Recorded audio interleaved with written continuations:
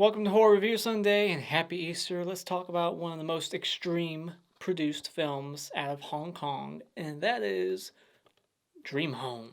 Dream Homes is about a woman trying to save up money, working two jobs for a house, and when she finally gets enough money to get this house, the owners up the price, deny her, and she goes on a murderous rampage to get that place. She'll do anything to get her dream home, even if it means shedding some blood. This is an extremely violent movie, and as it says on the back here, it is not for the faint of heart. This movie is cruel and mean spirited, and that's why I love it. So let's just get right into it. Let's talk about the positives, the things that I really like about this movie, the kills, and some of the gore in here. There's plenty of gore, intestines, people getting gutted. There's a high body count. She kills almost a dozen people just to get this place, and it's fantastic. I love how creative she gets with her kills. She's using everything at her disposal, everything around her. She is just like Angela in Sleepaway Camp 2, looking around the place, like trying to find a weapon to kill with. It's just fantastic creative kills, very gory, very mean-spirited, and awesome. One kill in particular will probably upset most people that watch this movie. I watched this movie about 6 months ago with my dad for the first time, and when this kill was about to happen, he's like, they better not. And they did. I like that this is a slasher movie that focuses on the main antagonist. We follow her throughout all of her life, basically. This is a movie that's not told chronologically. It jumps all over the place, and I think that's a good thing, because if this movie was told chronologically, I don't think it would work as well. I like that we explore this character. It's a character study.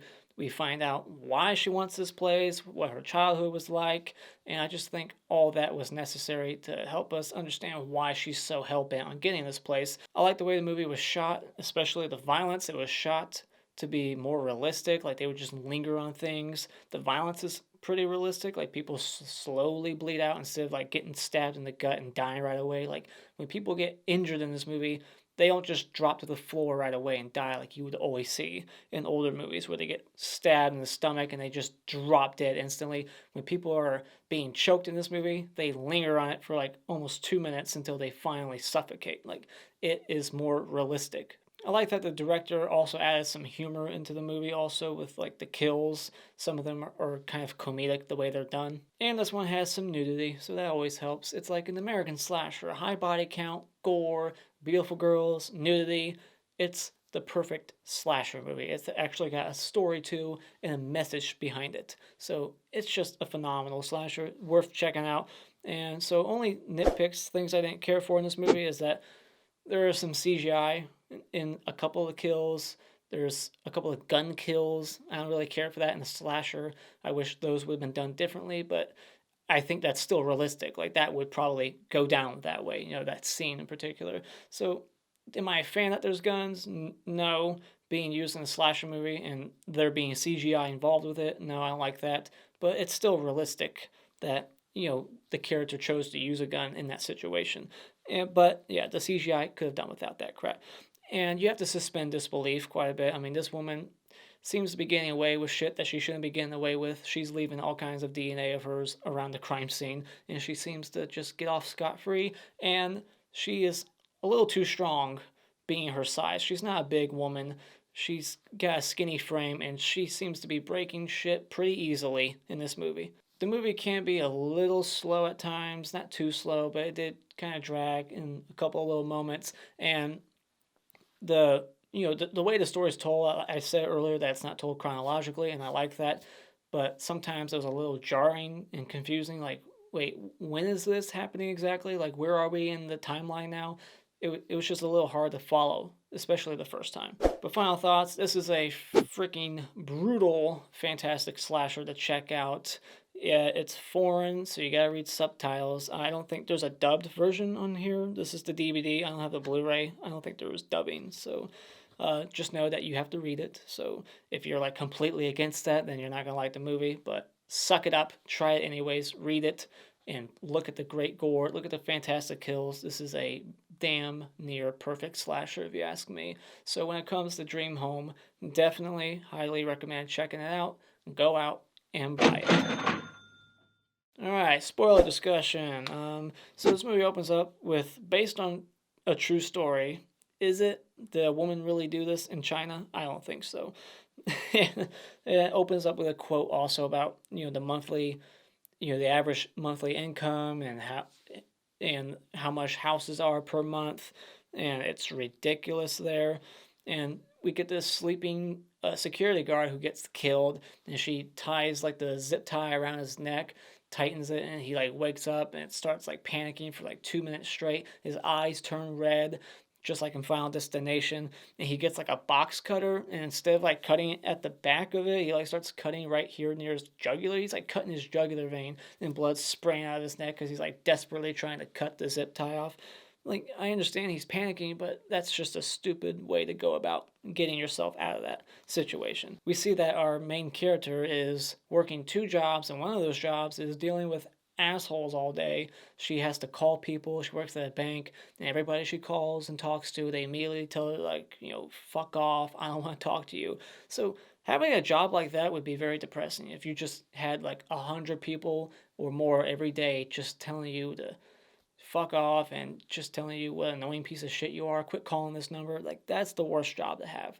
I could never have a job that involves actually, communicating with other assholes. I do not do customer service shit. I just do not. I can't stand people. Does it really cost $380 a night for a hotel?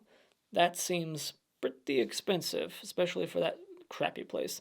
And everyone in this movie, male, like all the men in this movie, are cheating assholes. Every guy we meet is an asshole.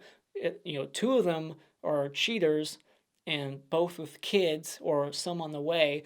And then the other man we meet is a fucking child beater. So it's like every man in this movie is despicable. So this movie doesn't paint men in a good light. There's hardly any good men in this movie. So we get this most brutal scene in the movie, if you ask me. She kicks down the door and puts a like screwdriver through the back of this chick's head, and it goes right out her eye, all in one shot. So there's some CG there, but it still looked pretty good. Just having it go right at her eyeball, it plucks her eye like right out, and then later on someone steps on the eye and it squishes, and she sees the pregnant chick and she doesn't even bat an eye. She doesn't think about it. She just immediately chases after this pregnant girl who's like 8 or 9 months pregnant. She looks like she's about to pop. And she's just like, I'm going to kill this bitch. I don't care if she's pregnant. That doesn't matter to her. And she's chasing the pregnant girl. She falls on her stomach and starts bleeding out her privates. And then she starts wrapping plastic around her head, and it's like this plastic bag that has like the hole on top where you put like a vacuum hose to it and like seals it tight, and she seals it tight over her head as her hands and arm, like her hands and feet are like zip tied together so she can't do anything about it. It is a horrifying way to die, and it just lingers on this for like 2 minutes, just her just suffocating and fighting for air. Is brutal. And so then, yeah, her husband comes home, and we find out that he's a cheating piece of shit. And I like that he accidentally kills himself. He falls and he like hits his neck or his bottom of his chin on the table and like breaks his neck. One thing I really did appreciate is that when the cheating bastard gets home, he sees his wife, he rips open the bag and he like tries to give her a quick CPR just in case like she just died, like maybe there's a chance. I really appreciated that because you don't ever see that in film. Like, maybe there's a chance. Like, I would, like putting myself in his shoes, I would try and keep trying as long as I could. And I like that he puts up a fight. It's not like he gets taken out instantly by, this girl. He puts up a fight, but then he accidentally falls and breaks his neck. Chinese funerals look very weird. They're like lighting fires and dancing around it, and they're wearing like these KKK capes. It looks like the Ku Klux Klan. They're wearing like these pointy white caps. It looks weird. Like, that's their funerals. We get all these druggies and cokeheads hiring these two prostitutes. We see some girl on girl action, and they're using like American slang. They're like, "What's up, biatch?" It's the only English in the entire film is when they're using American slang. I thought that was pretty funny. So the punk guy with like the blue spiked hair, he gets gutted and all his intestines hit the floor. The intestines don't look very realistic, but it was pretty nice to see. And I like that he doesn't bleed out and die right away. In fact, he starts like trying to light a joint as he's bleeding out, and his stoner friend gets a bong in his throat, and it just keeps filling with more and more blood. That's pretty cool, creative. We find out that she let her dad die so she could have his life insurance money to pay for her house. And so yeah, she's willing to kill her own family just to get this place. So then this couple is fucking, and this guy's banging this chick doggy style, and he's getting stabbed in the back, so he's getting penetrated with a knife while he's penetrating this chick, and she doesn't know what's going on behind her. And then the girl takes the knife that has blood on it and like slaps it down and like flings the blood on her back, and she thinks that the blood on her back is semen. And she's like, oh man, you got a lot. And so then she goes underneath the bed. They break like a bed frame board, and she takes the part of the bed frame, the board, and sticks it right in her mouth. And so she's got a big old piece of wood in her mouth. And later on, she's still alive, just walking around with this giant like wooden plank just hanging out of her mouth. And that's just a funny visual. And the cops are like there. They freak out. They're like trying to shoot her, this woman with a giant piece of wood in her mouth. Why would you shoot her? But yeah, she like accidentally slits the cop's throat. That cop shoots the other cop on accident. And that cop shoots that chick. So it's like everything's working out for the main girl here. And I like that she got stabbed in her ankle and it went like through her ankle out the other. That was pretty gnarly.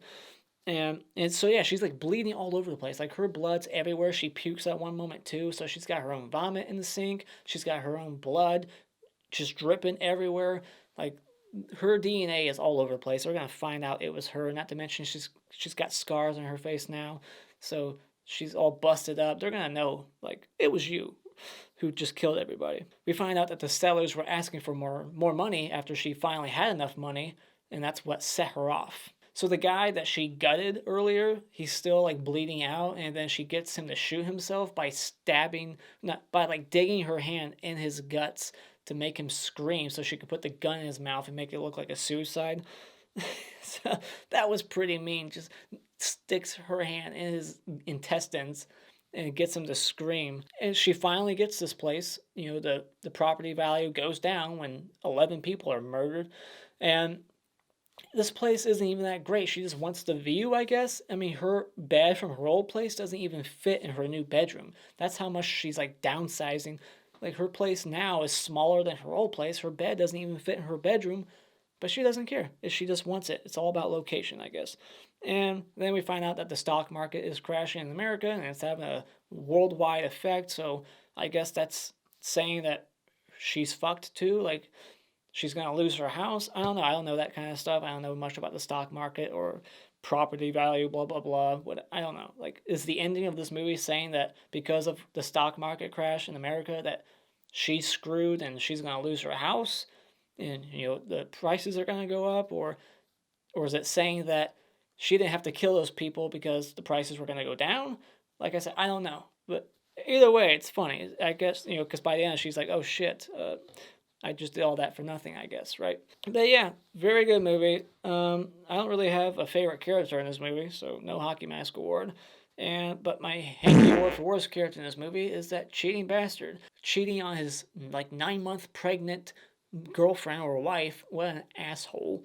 And the clap award for best scene in this movie will go to the first attack on the couple, the woman who gets the screwdriver through her head and the pregnant lady dying. That's just a very mean, intense scene. And the Funny Bone award for funniest moment is when the girl with the big old plank in her mouth just starts running around. I thought that was a very funny visual. The Mr. Hat award for best kill in this movie will go to the pregnant girl because I just think that was a ballsy move on the director's part to kill someone that's pregnant. And the Mr. Twig award for worst kill will go to the deputy who got shot because it just has a lot of bad like CGI, and I'm not a fan of that kind of stuff. And those are my thoughts on Dream Home. Let me know what you thought about this brutal slasher in the comments below. If you've even heard of it before, check it out. I don't think it has a Blu-ray, but it definitely has a DVD.